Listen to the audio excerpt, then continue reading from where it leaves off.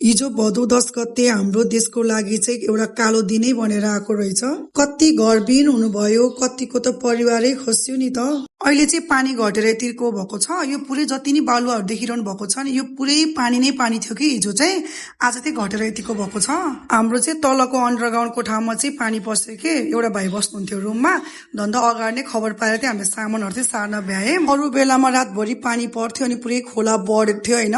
अनि पछि खोला घटेपछि पुरै पाखाभरि माछाहरू देखिन्थ्यो भने हिजो चाहिँ यस्तो भयो कि न पानी परेको थियो न के थियो होइन, एक्कासी खोला बढेर आयो अनि पुरै पाखाभरि नै मान्छेहरू यति तैरेर बसेको थियो कि मान्छेहरूको लास यति बिजोग थियो।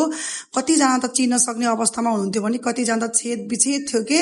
अझ यो घटना बिहान भएको भएर कतिजना मानिसहरू सकुशलै हुनुभयो होइन। यदि यही घटना राति भएको भए कति मानवीय क्षति हुन्थ्यो आफै सोच्नु न है। आज पनि केही काम गर्ने जाँगर आएको छैन है। अनि हिजो त्यो प्याक गरेको सामानहरू थियो कि यत्तिकै बिजोग छ हेर्नु, मैले केही मिलाएको पनि छैन। यति दुःख लागेको छ कि यो घटनाले गर्दा। हिजो चाहिँ हामीले खाना पनि खाएनौँ अनि हामी रातभरि सुत्न पनि सकेनौँ के।